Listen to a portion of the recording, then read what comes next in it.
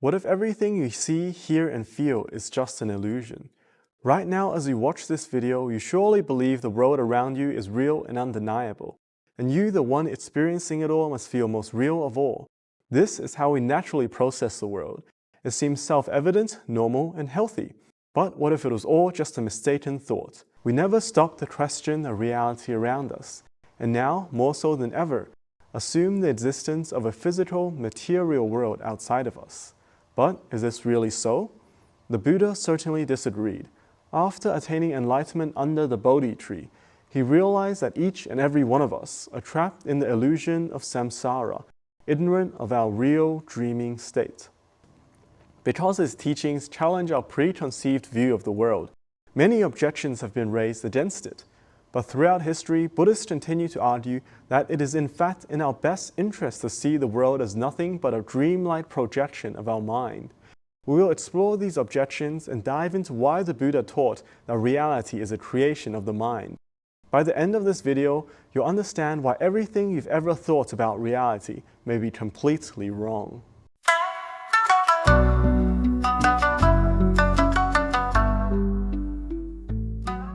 We go through life assuming the world around us is solid and real. But have we ever paused to question it? Let's think about a dream. While you're dreaming, everything certainly feels real and external. You see places, events, and people around you. But the moment you wake up, you realize it was in your mind. That is precisely what the Buddha had done, woken up.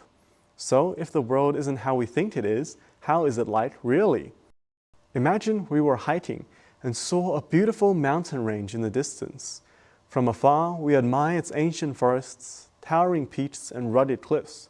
However, as we get closer and tracked within, we instead complain about its muddy tracks, mosquito-filled woods, and freezing summit. The mountain hasn't changed, only our perception of it has. Or, for two people in a metropolitan city, one may feel it is an awful crowded place, filled with pollution and frustration, yet for another it is a place of quietude and belonging, where they can forget themselves. They're in the exact same place, yet live in two worlds. The city of the first person is not the city of the second. How is that possible? Because our world isn't just some place out there. Instead, it is something our minds create. So, we can see the world we experience is conditioned by our mind, and it is our mind that creates the cities and mountains we perceive. Now, the Buddha's idea may be interesting, but naturally will raise some objections. If our world was mind-made, why can't we simply will things into existence? And why do things happen at specific times and places if there is no space or time out there? First off, when we say the world is constructed by the mind, we don't mean to say that it's like a daydream where we can wish anything into existence. Rather, our subconscious creates an appearance of the world based on our deep-seated predispositions and conditioning. Just as when we dream, it is our unconscious mind that weaves a tapestry of memories, fears, and hopes into a vivid dream beyond our control. Our waking reality manifests from the subconscious into a seemingly external world that cannot be altered merely by the wishes of our will. This leads to the second objection. If there is no external space and time, why are things still constrained to certain times and places? Well, even in the absence of external objects, things still have spatial and temporal confines. Again, just as in a dream, events still occur at specific times and places. Suppose last night I had a dream of driving on the highway in the morning. There were clear and distinct locations and times, despite there being neither a real car nor morning in my sleep. Now, having covered a few basic objections, we will look further into the mind-made nature of reality. The mountain and city gave us a look into how we create our own worlds. But how do we know if these worlds are entirely fabricated in our consciousness, or if they're combinations of external things with internal influences? Well, the ancient Buddhist philosophers of the Viññāptimātra, or consciousness-only school, were faced with this exact question, and their reply was an analysis of our cognition, specifically, what kinds of objects can generate our perception of the world, and whether objects outside of our mind can really explain our experience. To break it down, let's start with the basics. Every experience follows a pattern involving three elements. First, there must be an object of experience, like a painting, a sense organ that apprehends the object, our eyes in this case, and the experience itself, our perception of the painting.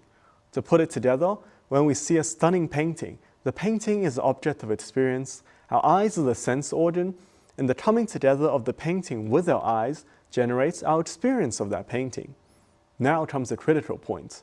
Is the object, that is the painting, actually out there, or is it something our minds generate, like a unicorn in a dream? Now, flipping it around, your eyes are definitely real, but can you ever see them directly? No, we can only ever see reflections or representations of them, even though we need our eyes to experience vision, so they exist but can never be seen, meaning they fail to meet the second criteria of appearing in our experience. To find out, we need to see if it meets two criteria. One, it must be real to be the cause of an experience, and two, it must appear within that experience. Simple, right? A painting, for example, is real, so it can be the cause of our experience, and we can clearly see it, so it appears within our experience. Therefore, it meets both criteria. However, certain things fail this test. Have you ever rubbed your eyes and seen two moons in the sky? The second moon couldn't be the cause of our experience, since there is no second moon out there for us to see. Our experience of it comes from a fault in our vision, not from a new moon in the sky. Therefore, it does appear within our experience, but it is not real, so it does not meet the first criteria. Now, knowing the two necessary qualities an object of experience must possess, let's see if external things can pass the test.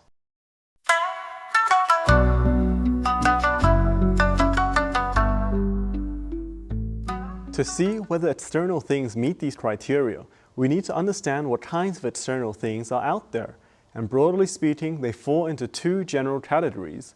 One, partless things, that is the smallest building blocks of matter, such as atoms or quarks.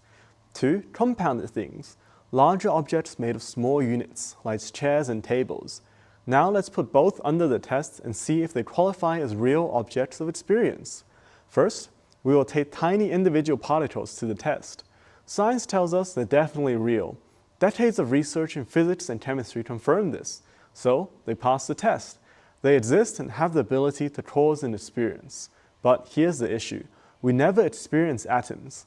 Never has an atom been seen, heard, or tasted directly, even with the most advanced microscopes. All we can see is a computer-generated representation, not the atom itself. Therefore, like our eyes, it fails to meet criteria too. We can never perceive an atom in our experience.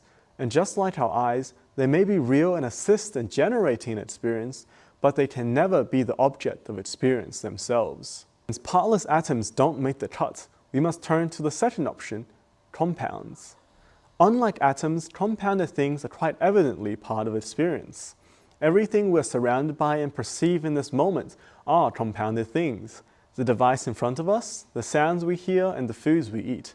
They're all collections of various parts, so they easily meet the second criteria of appearing in experience. But they face the opposite issue. Compounds are not real things. This may be surprising, but the principle is not so difficult to understand. Take an army. What is it really?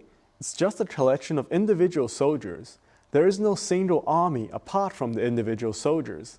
Nothing new is created over and above the soldiers. Army is just a convenient label that helps us describe that group of people. Or in the classic example of the chariot, a king once asked the monk Nagasena, "Where is the chariot? Is it in the wheels, the axle, the seat?" No matter where they looked, they couldn't find the chariot in any of its parts. But of course, the chariot wasn't non-existent.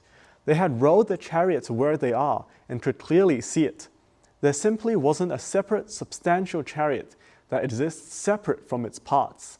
Chariot was just a convenient label we used to describe that arrangement of wheels, axles, and so on. Like the double moon, though it appears within our experience, it could not be the cause of that experience, since it is just a conceptual label. Which means for us, compounds cannot be the object of experience. That is to say, external chairs, foods, and sounds lack the substantiality to be the true cause of our perception. Now we've seen that external objects, whether partless atoms or large compounds, fail to meet the two criteria for being an object of experience: substantial existence and perceivability. In other words, external things cannot be the true cause of our experience. And this is where the Buddhist insight was born. The cause of our experience is nothing other than our own mind. We aren't living in a world of external things. We exist in a landscape of internal states, mental images, and feelings that appear as though they were outside of us, when in fact they were nothing other than the mind itself. Never have we apprehended anything that goes beyond mind. We do not need an external object to generate this consciousness, since consciousness is self-perpetuating. One moment of consciousness is a cause of the next moment, much like waves in the ocean.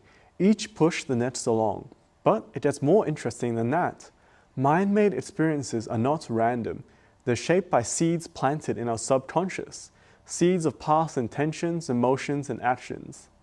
Like when we're dwelling constantly in states of frustration and anger, our actions will constantly feed into those emotions, which plants the seeds of future frustration and anger.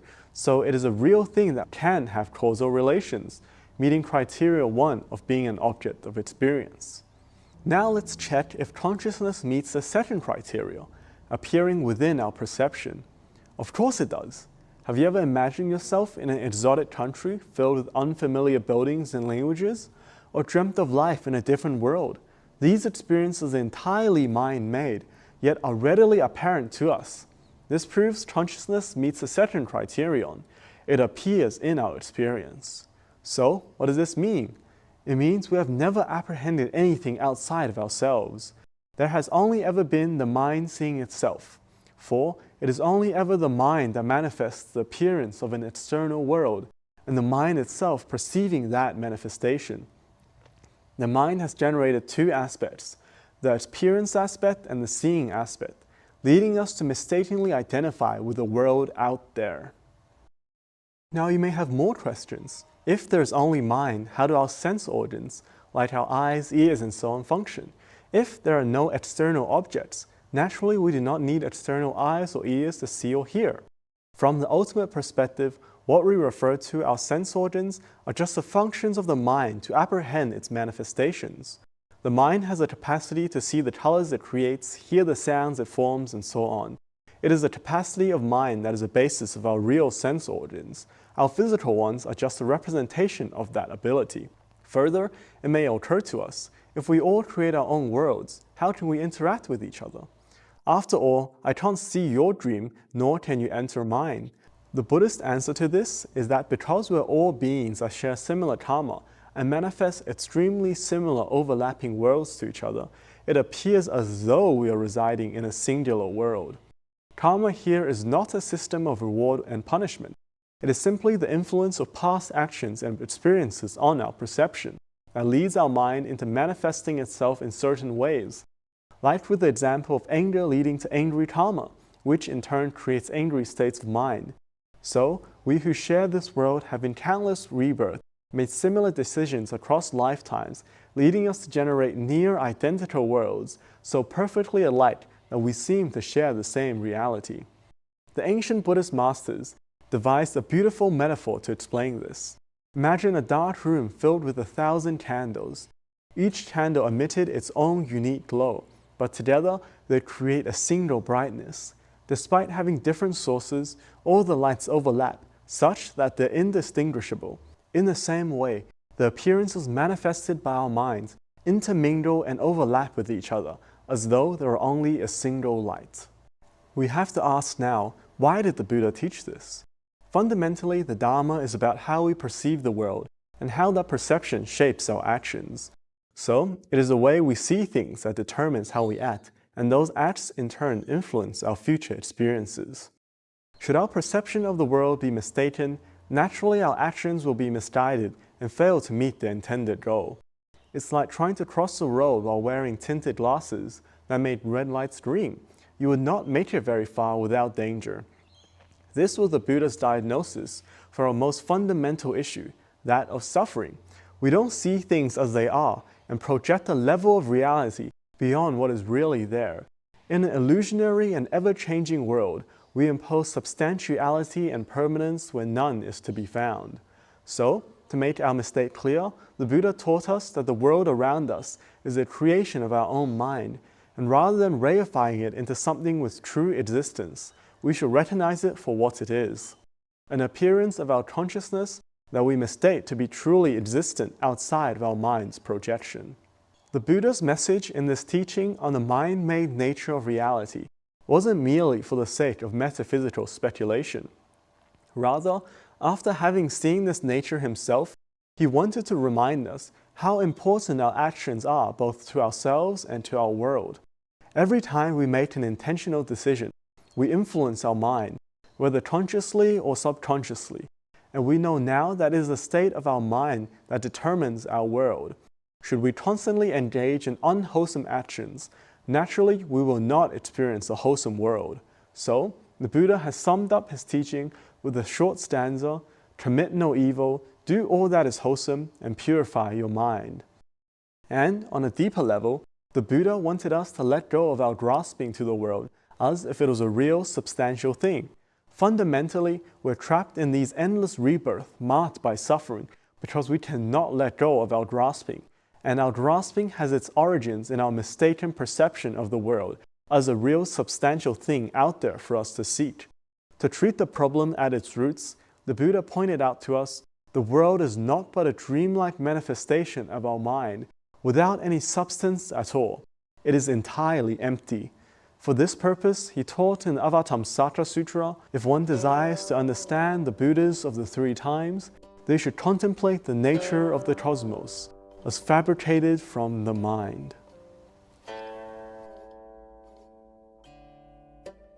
I hope you enjoyed that short summary of the mind-only school of Buddhism, and if you have any thoughts on what we talked about, please don't hesitate to leave a comment. And like, share, and subscribe if you want to see more content on Buddhism. I plan to make more videos exploring the deeper aspects of Buddhist philosophy, which is definitely lacking online right now. Stay tuned and see you next time.